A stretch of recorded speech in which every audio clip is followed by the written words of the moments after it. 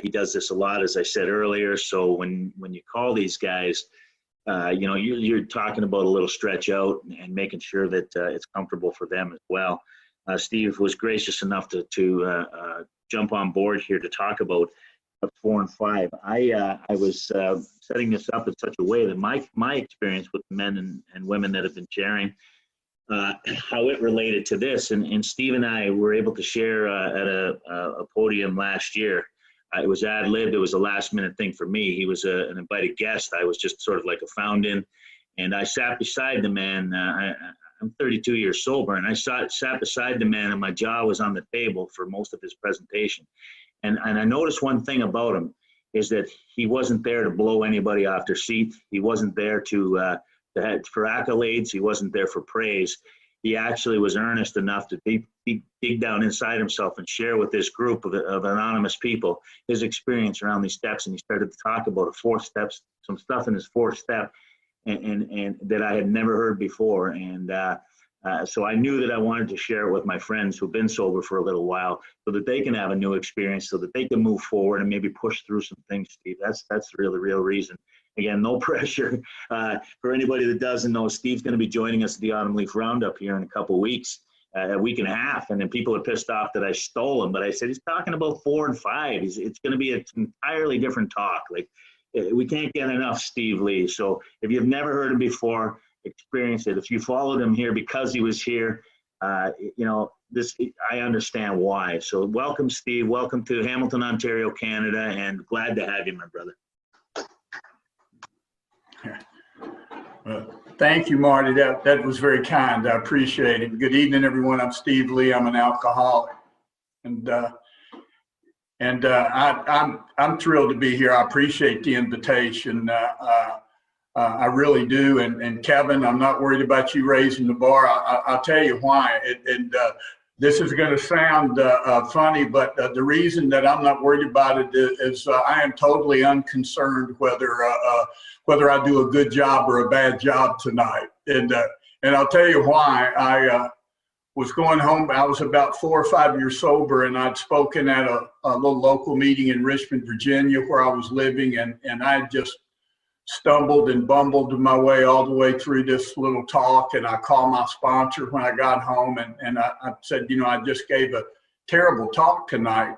And he said, well, Steve, you're starting from a false premise.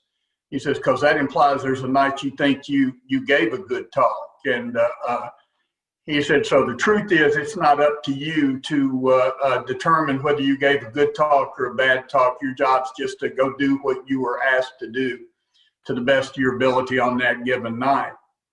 And I'll tell you, a couple of years later, I look here at one of the things about Zoom that can, if you're insecure, can really get you is you see the number of participants. And if that number starts to dwindle during your talk, that could be unsettling. And because in Richmond, again, I was getting ready. Now it's 2 or 3 years later, and I was invited to speak at what was then kind of the big speaker meeting in Richmond. It was a Sunday morning deal, and it typically had a couple of 100 people. And I said, Joe, to my sponsor, I said, Joe, I'm really nervous. I said, this is the largest crowd I've ever spoken in front of. And he said, Steve, don't worry. He said, by the time you're done, it'll be down to the size you're used to. And so I could see this crowd dwindle over the next little while, but I'll try not to pay attention. The important thing to me is we can keep at least 25 of you on this first screen for me. I'll be okay. But I'm going to try to do what you invited me to do, speak on steps 4 and 5. And I'll share with you that my sobriety date is June 30th, 1989.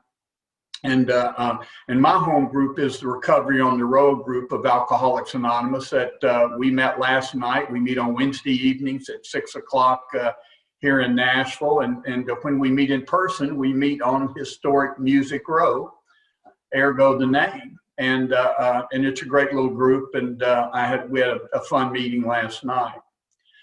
And I know that those of you who've been coming to this meeting regularly, that 2 weeks ago you had Cliff G take you to a position of hopelessness in the first step, no doubt.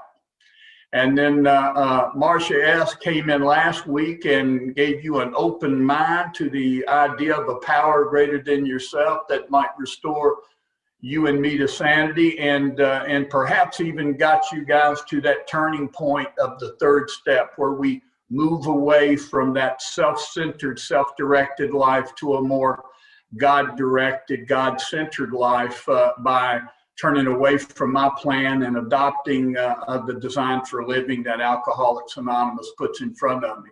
So I'm going to ask you to take a leap of faith and trust that I drink like I'm going to assume that I have the relationship with alcohol that Cliff talked about that the alcoholic has. And that I have suffered from the spiritual malady of the unmanageability of my life. That's the second part of that first step that I'm sure he covered.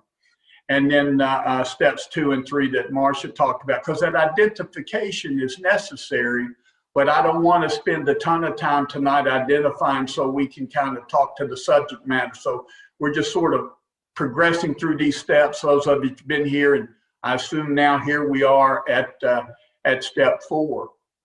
And what happens when folks like you and me get up from that third step prayer, and when it says that that sometimes a very that there might be a strong feeling and emotion that accompanies that, and but I am warned appropriately so that that's going to be temporary unless I follow it up with a serious course of action. And I think that is identified. We often talk about Bill Wilson having that sudden and vital spiritual experience, and he certainly did. But 6 months later, he was standing in the lobby of the Mayflower Hotel, and that hot flash experience was not going to sustain him if not followed up by that ongoing action that he was taking, in this case, reaching out to another alcoholic. And so usually when we start the conversation around the inventory, around the fourth step of taking this fearless and thorough moral inventory, we tend to kick off with resentment's the number one offender, and I think that's appropriate because apparently resentment's the number one offender. It says so, and it destroys more alcoholics than anything. But that at least in my experience, that's a percentage. It doesn't mean it's 100% true for everyone. And I will tell you that in my case, resentment wasn't the number one offender. It was the fear inventory that I'll get to that has been the most revealing and the most freeing for me of the areas of self-examination.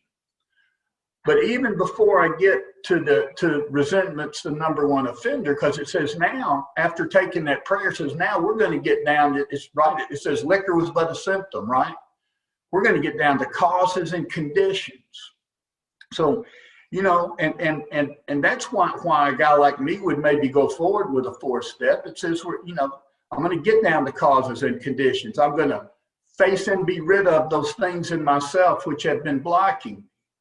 It says for the alcoholic whose hope is the growth and maintenance of a spiritual experience, resentment is grave. I got to ask myself, so I turn these around and pose some questions. Is my hope the growth and maintenance of a spiritual experience? Is that now, after I've set the drink aside, is that now the journey that I'm on in Alcoholics Anonymous? To try to connect to that power greater than myself, to be free of those things in me that are blocking me from my fellow man and from God. Just before we get to the discussion of resentment, again, the paragraph that precedes that has been one of the most helpful to me, or at least in helping me recognize the journey I'm about to go on in this inventory. It says, being convinced that self in its various manifestations is what has defeated us, we look for its common manifestations. And I will tell you now, as I go about inventory, that is what I'm doing. When I go now, what I'm gonna, we've spent the preceding pages around the third step in the book, and all of you guys, I'm sure, looked at it last week, and Marcia talked about it, and it talks about that selfishness and self-centeredness is the root of my trouble. It talks about that fear manifested in 100 forms of self. It talks about me being an extreme example of self will run riot, though I usually don't think so. It talks about self-pity. It talks about self-reliance.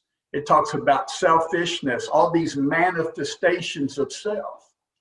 And for me, I have taken a point of view, and I share with you guys from the get-go that anything that I say is we say sometimes that we don't give opinions in AA. I don't know how you cannot give one, but my opinion is born of my experience.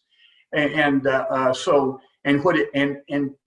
say that we talk in our own language and from our own point of view. And all the point of view is what it looks like from here. So when I tell you about my experience with this inventory, it's what it looked like to me.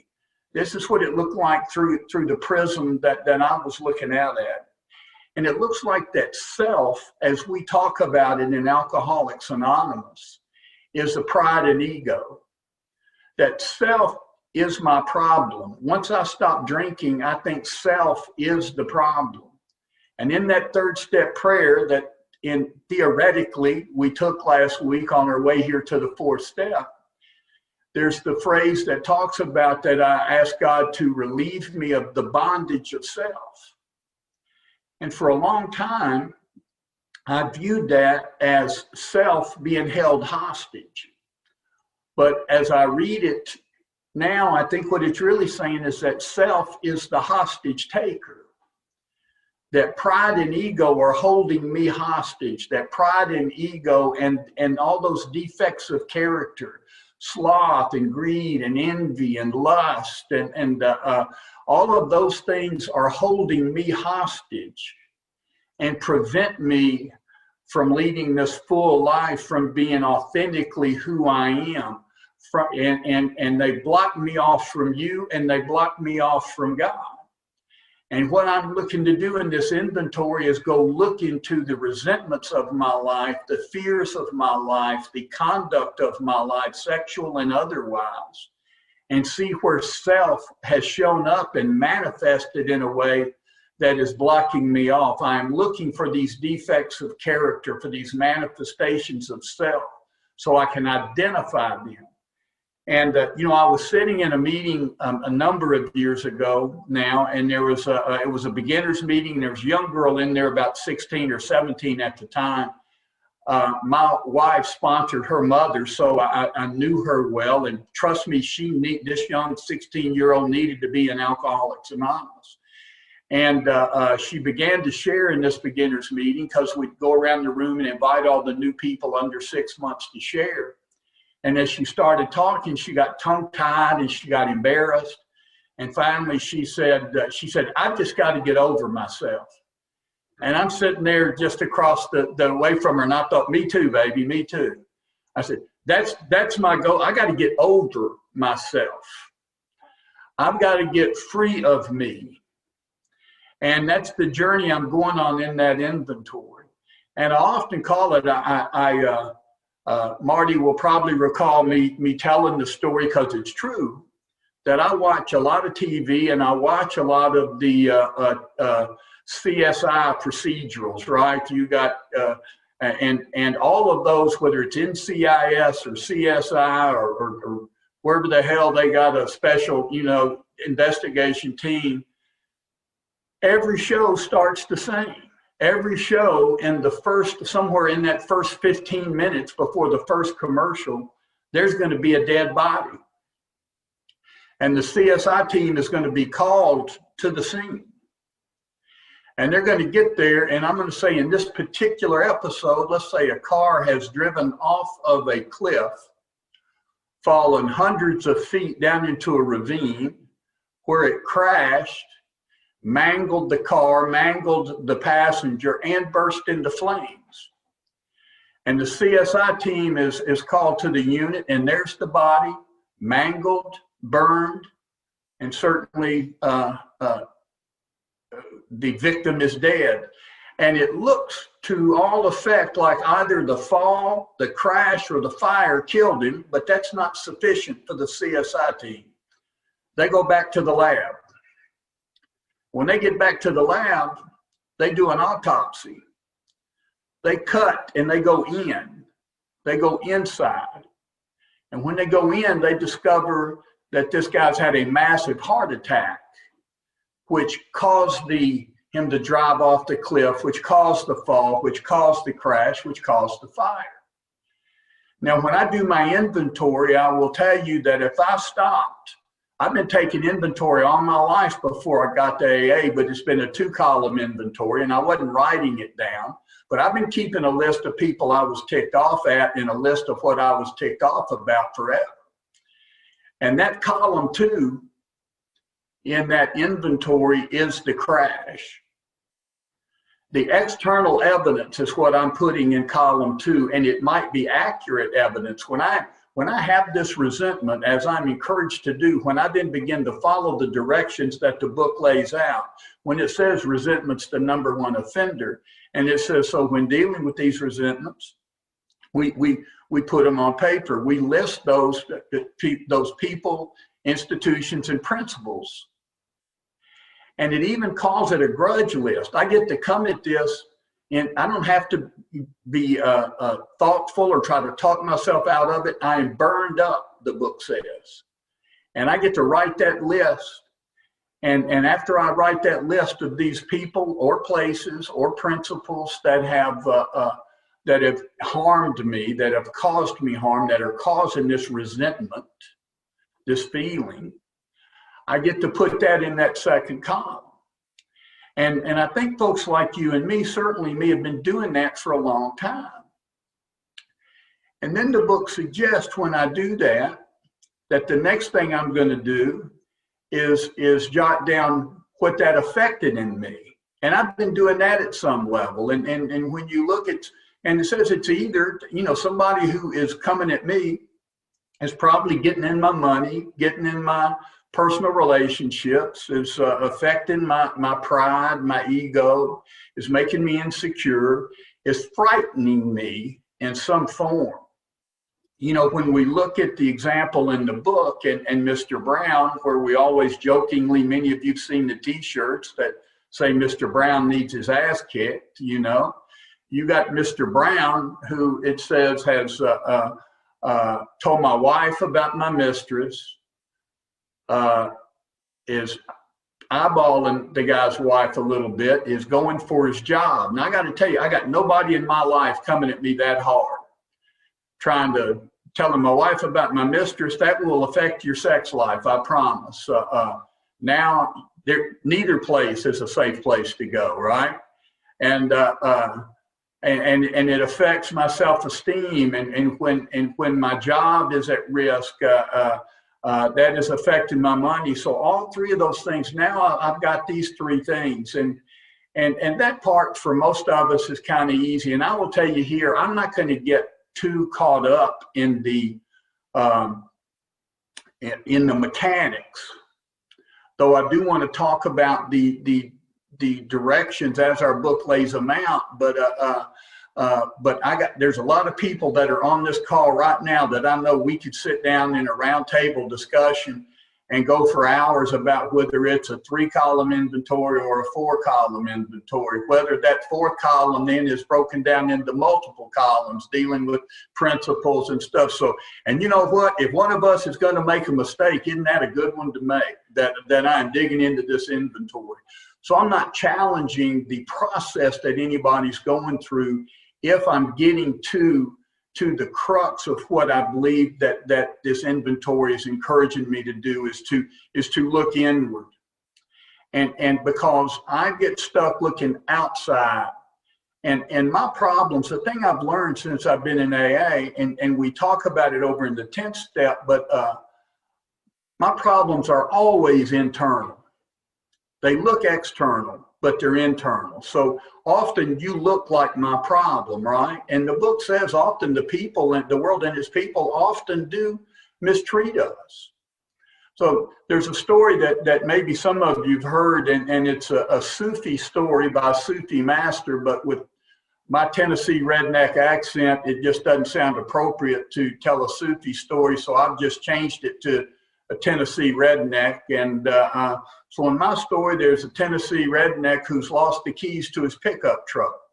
He's come out of his house to get in his truck, and he can't find the keys to his truck.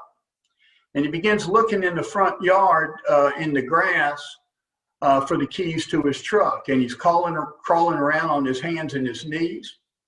And a couple of his buddies drive by and see him. And they get out and ask him, and he tells them his plight. And like good friends are wont to do, they get out and begin helping him look for the keys. And soon a couple of more boys drive by in their pickup truck. And before you know it, you got 8 or 10 guys down there crawling around painstakingly looking for the keys to this pickup truck. And finally, one of them asked him, I said, "Where were you when you lost the keys?" And he says, "Oh, I was inside the last time I saw the keys." And they go, "What are we doing out here?" And he said, "Well, the light's so much better out here." And what I would tell you is that I'm always looking out here, and the light is always better out here. And I will explain my resentment so effectively to you that you will help me look for the key. But the key is always inside. And you've told me that that's true 100% of the time when I get to the spiritual axiom of the 10th step, which mirrors what we're doing here in the 4th step.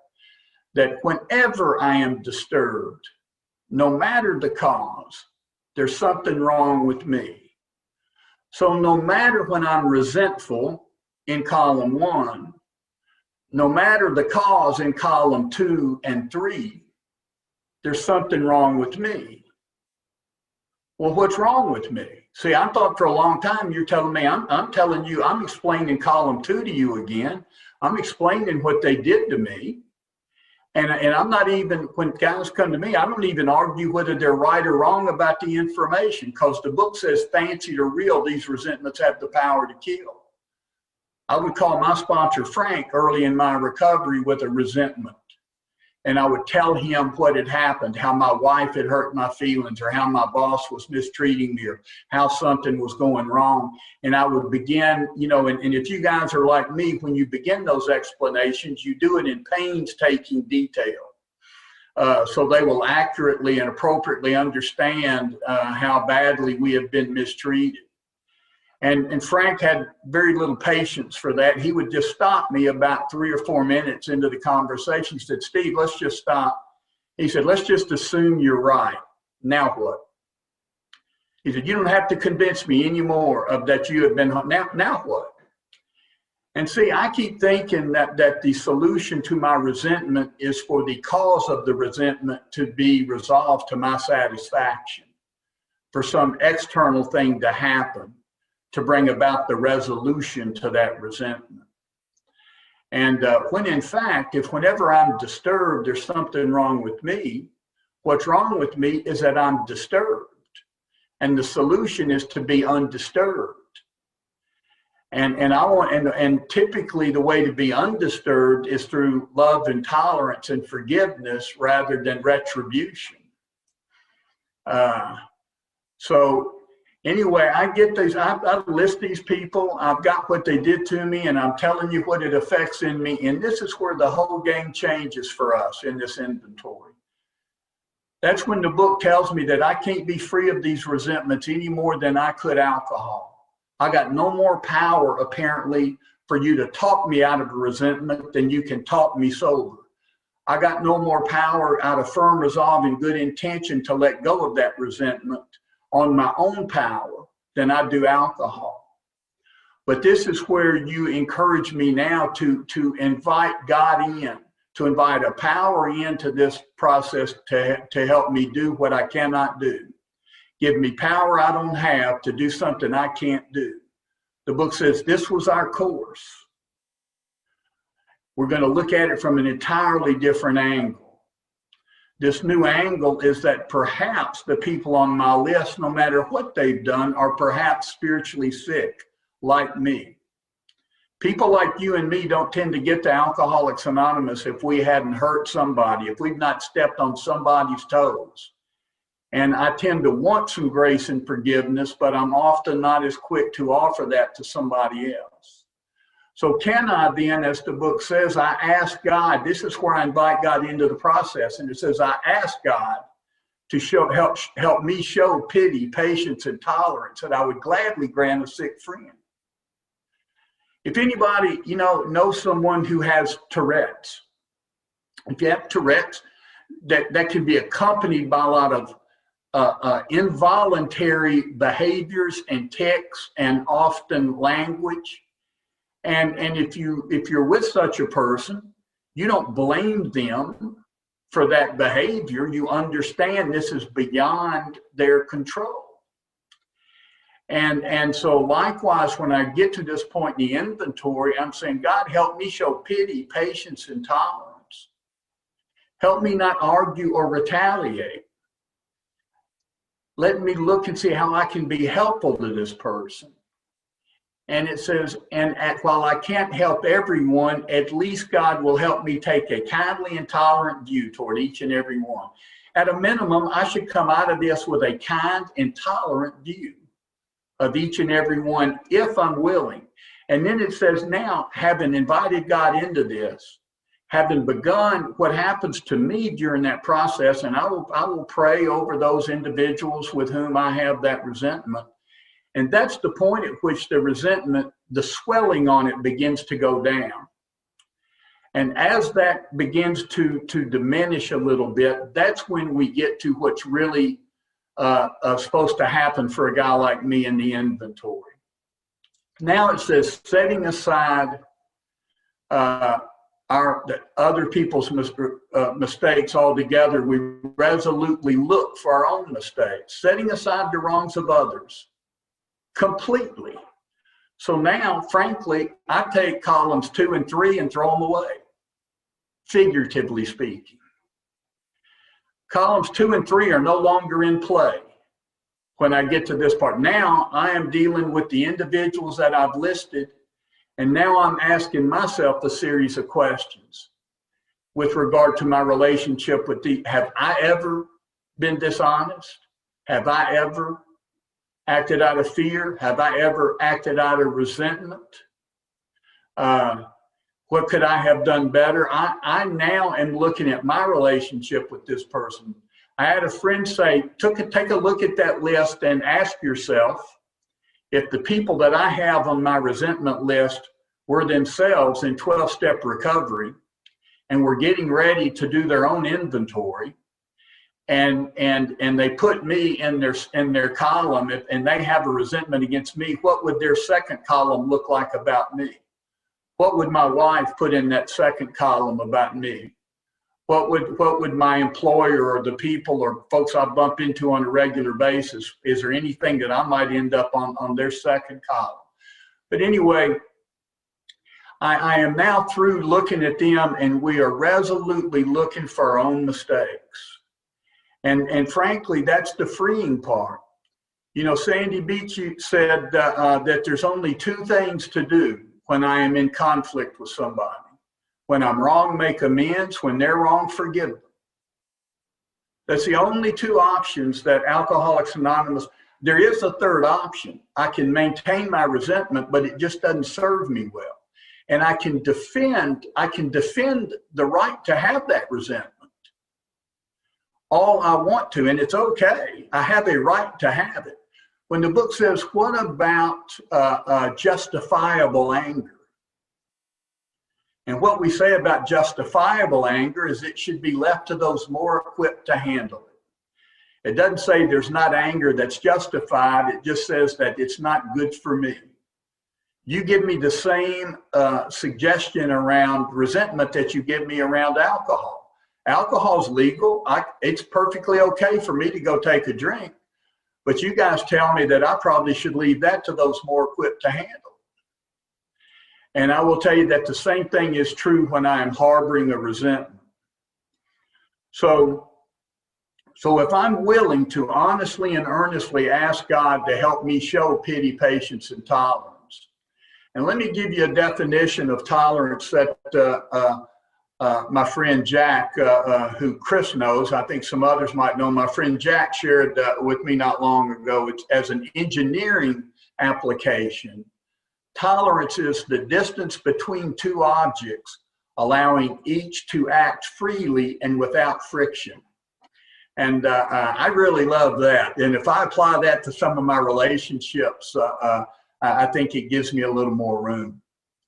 Now, let me shift. I've probably done more damage than good going through there, plowing that ground, but we're going to move on anyway and talk about the fear inventory. As our book says that we think fear ought to be like stealing. You know, one of Bill's more dramatic writings is about fear, right? It is an evil and corroding thread woven throughout the fabric of our existence. I mean, that's some good stuff right there. And the thing is, that's true about me. Except before, I wouldn't have told you, I didn't know how to identify fear when I got to AA, but I was driven by fear.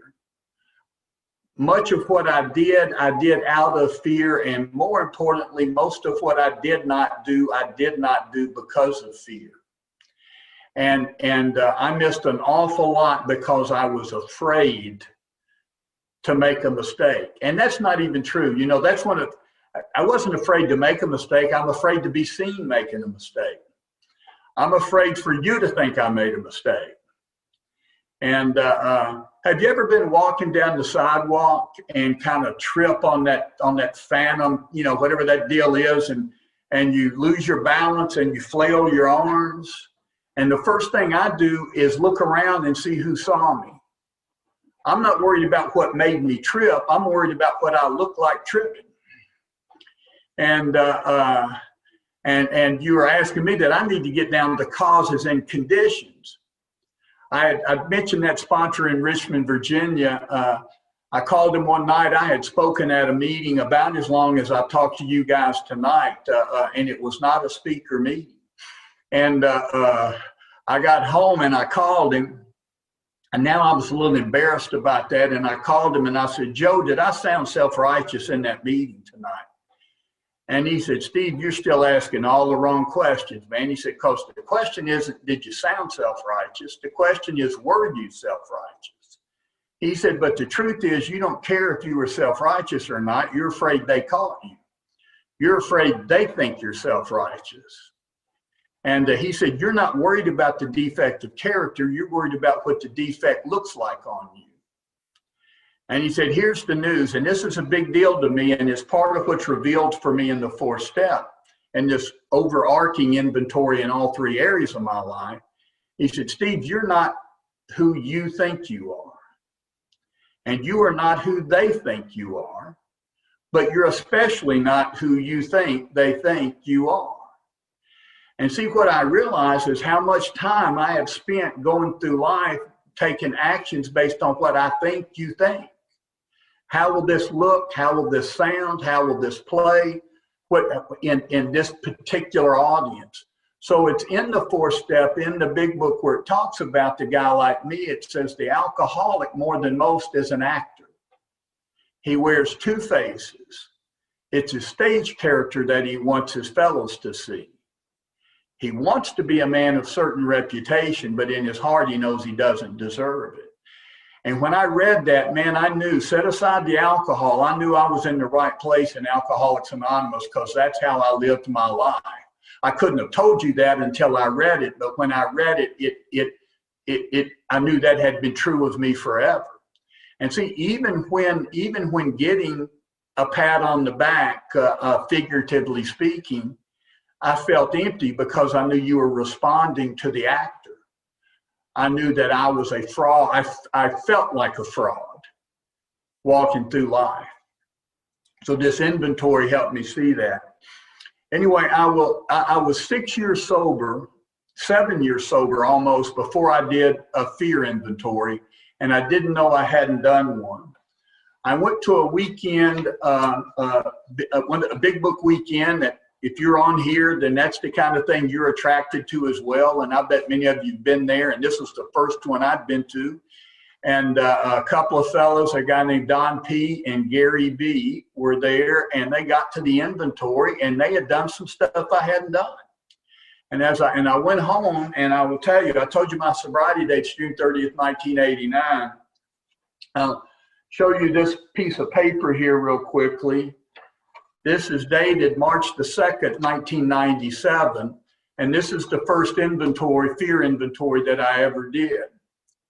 I will show you here is February 2020 fear inventory. The point of that is to let you know that this is something that will continue for a lifetime.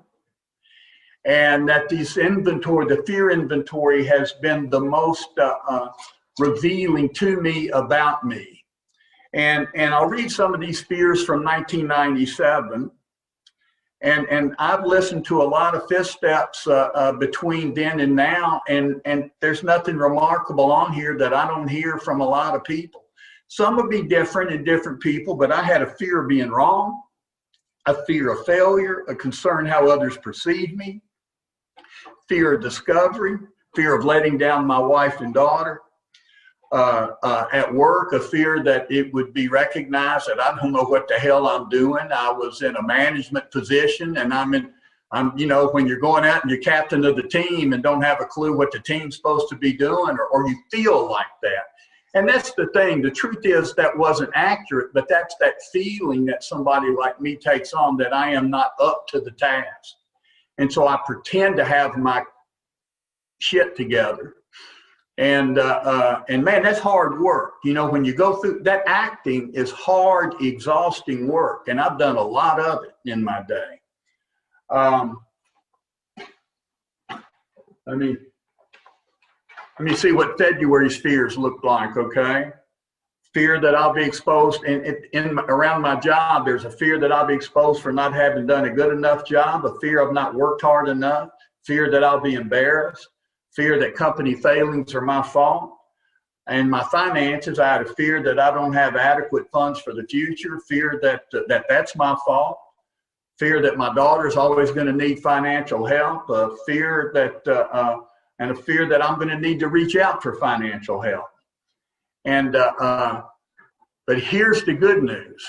I know if you're new, that probably is disconcerting that 31 years later, I'm jotting stuff like that down.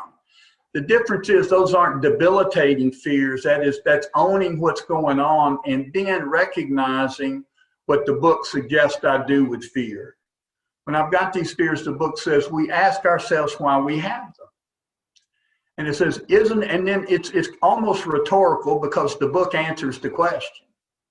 I mean, I get to write down what I'm afraid of, and that's good. I can go to great length, but there is a simple answer for me over the years. The answer is, isn't it because self-reliance failed me? And the answer with me is yes. And here's what self-reliance looks like. See, it's because it says we think that there's a better way than living on self-reliance, depending on me. And it says self-reliance is good as far as it goes, but it doesn't go far enough. Self-reliance on me looks like this. Self-reliance is when something is TOO. I'm afraid something's going to be too hard. It's going to last too long. I'm going to be too old. It's going to be too embarrassing. It's going to be too uncomfortable. It's going to be too painful. I'm going to be too lonely. I'm going to be too bald. Whatever happens is going to be more than I can handle. And when you think something's more than you can handle, that's frightening. And the book says it is more than you can handle. We think there's a better way. We're living on a different basis. What's that different basis we're living on? It tickles me to look at it now, at least in the book, because it's only a couple of pages before that I got on my knees and I turned my will and my life over to the care of God. And I said, that's the basis that I'm now going to live on. The basis is that I have turned my will and my life over, and I said in that prayer, you know, God, do with me as you will. except don't mess with my job. Except I got this whole list of exceptions with my contract with God, and I don't even know I have them until I get afraid. I don't even know I have them till I begin to look at this inventory and see that I've decided there's a whole list of stuff that can happen. And when I got a list of stuff that can happen or a list of things that must happen, I have narrowed my target for happiness or contentedness or peace of mind. Now I have made demands on life, right?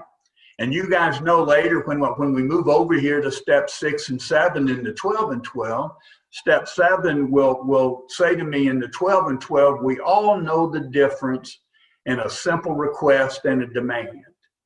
And I will tell you, I absolutely know the difference in a simple request and a demand, but I don't always recognize when I've let a request morph into a demand and I didn't even recognize it. When something I hoped would happen becomes something that must happen. When something that I hope doesn't happen becomes something that cannot happen. And again, I made the joke about being too bald. I will tell you, and I got a couple of near brothers even here on the front row here tonight. But when I started losing my hair, and I was much younger, and frankly, I was way too cool to go bald. And yet I'm losing this, but yet it's happening, right? And man, I am working. My daughter came up one night and she caught me in front of the mirror, and I was experimenting. I was parting it this way and parting it that way and pulling it back, and I was looking for ways to get maximum coverage with the hair that I had. I had so few hairs left, I'd named them all and given them a responsibility. But and then she was just looked at me and shook her head. And a little later, I'm on the phone. A guy's going to pick me up at an AA conference, and we'd never met. And so I'm describing myself to him, which is always an uncomfortable moment, right? But I'm describing myself to him, and I used the word balding. I said, I'm balding. And I got off the phone, and my daughter was looking at me, and she went, Dad, there's no ing. So I went upstairs and I shaved my head. Now that was that was 18, 19 years ago. And what I'll tell you is that going bald was hard. Being bald has been easy. The resistance to that happening was hard. The having to deny it and work around it and build an addition to my house to, that's what we do with problems. We, instead of face them and be rid of them, we build an addition on our house to accommodate our problems. And this inventory is a chance for me to go in and face and be rid of. And while that probably seems like a frivolous example and excuse to you guys, I'll tell you that it figuratively speaking, it applies to so many other things that I have resisted or been unwilling to accept about myself. Now, when I do an inventory and I see that I'll tell you on here, I have no problem telling this group that selfishness and self-centeredness is the root of my trouble, because I believe it corporately. And I bet most of you believe it corporately, but we will defend case by case. I will say that, but that's not selfish. When my wife will bring something to my attention, I go into defense mode. I don't go, oh, well, thanks for telling me that. I didn't know what a jerk I was. I go, no, you are wrong. We went out to dinner one night. I was 6 years sober. I said to her, I guess I was looking for a compliment, but I said, I think I'm doing pretty good. I felt good about being sober. I felt good about where my life was going in AA. And she says, well, you're still one of the most deceitful people I've ever met. And I said, baby, that's not what I was going for. But for a change, I said, why do you say that? And at 6 years sober, she took my inventory, but I had asked her, and she said, look,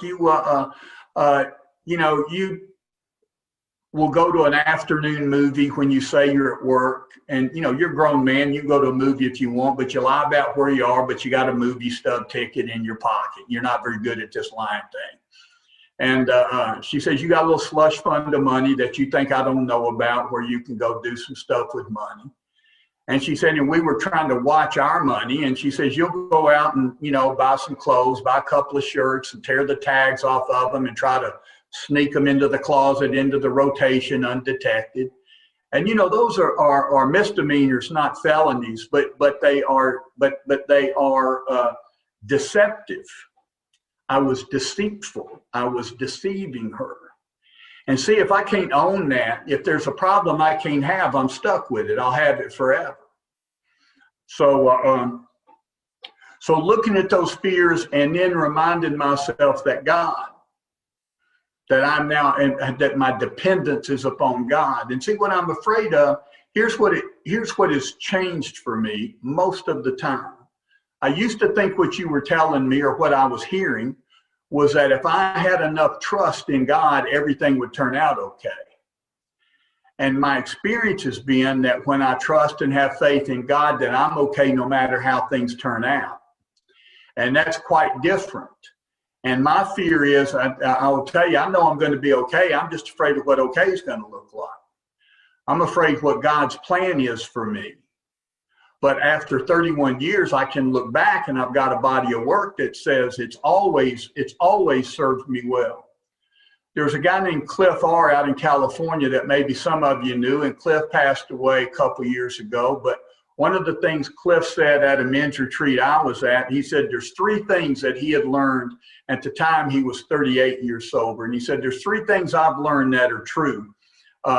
He said, number 1 is that surrender never looks like a good idea coming upon. Number 2, never has surrender not served me well. Number 3, I can never remember number 2 the next time. And I think that happens. I can look back and tell you, never has surrendered, never has trust in God, never has abandoning myself to God not served me well. But I will come up against something this week that I'll be nervous and frightened about, and perhaps feel like I've got to deviate from these principles. Let me jump quickly into the now about sex, because that's why y'all came, for the sex inventory. And the truth is, I got a bad joke. My wife cringes, but it takes us longer to talk about it than the actual act takes to complete. So we'll navigate through this. But the truth is, we don't talk about that. And in a setting like this, in a group setting, in our home groups, that's a difficult conversation to have appropriately, and I understand that. But it's a critically important conversation to have. And here's why I know it is, because the book says we all have sex problems. We'd hardly be human if we didn't. And I think it's important to recognize that it's not talking in the past tense. Those guys could have said, we used to have some sex problems, and you probably have some too. But it says we all have sex problems. We'd hardly be human. So it's a human problem that's exacerbated by my alcoholic condition. And certainly when I drink alcoholically, it exacerbates that problem. It also says something comforting to me about my sex conduct. It says we treat sex like we would any other problem. See, we find it hard sometimes. You can turn an AA meeting or even a conversation of guys I might be with. We might broach this subject relative to AA, and pretty soon we sound like we're in junior high school. And the truth is that we want to have a mature adult conversation about this can be challenging, but we need to, because I'm going to bet those of you who hear fifth steps, and I've heard a bunch of them, when somebody comes back to later to say there's something I didn't tell you, it is almost always of a sexual nature. And that is such a personal and private part of our lives that it's hard to talk about, and it's hard to find. We want to do it obviously in a general way, but here's the thing, it is not about the act. It's about, is this blocking me off from my relationship with God? Is it blocking me off from my relationship with you? AA is unconcerned with my behavior. AA says it doesn't want to be the arbiter of my sex conduct. And trust me, you don't want me to be the arbiter of yours, and I don't want you to be the arbiter of mine. What AA tells me to do is lay some questions over my behavior, ask myself honestly some questions about that behavior. Is it selfish? Who might get hurt? Am I arousing jealousy, bitterness, or suspicion? Is it, what could I have done instead? That when I ask those types of questions, if I ask who might get hurt, and I will tell you, so those are the questions that I'm encouraged to answer about my conduct, not the conduct itself. And what I'll tell you is, it's also, a lot of people on here have been sober a long time. Some of us sober less. Some of us had, as the book calls it, some of us were reckless romancers, and some of us were not. But that doesn't mean that sex cannot be a problem, because what is my relationship to this aspect of my life? That's what I'm trying to explore. And is my selfishness, my self-centeredness, my self-pity, my self-reliance, self-gratification, are those things getting in the way? And are they blocking me off from you, blocking me off from God, and preventing my usefulness to others? And the good news for all of us is the book says that that God alone can judge our sex conduct. And I'm encouraged, after I ask those questions of myself and answer those questions, and I share those questions and answers with my sponsor, it says that then I want to determine, it says, a sound, a safe and sound ideal for my future sex life. And my ideal and your ideal don't have to be the same, but I want to identify a target for how I want to conduct myself. And then I want to be willing to grow towards it. And it says, if it's, and again, I'm encouraged to invite God into this part of my life. It says we ask God to help us grow towards this ideal. And then we find what works for us, and it may be quite different person to person. I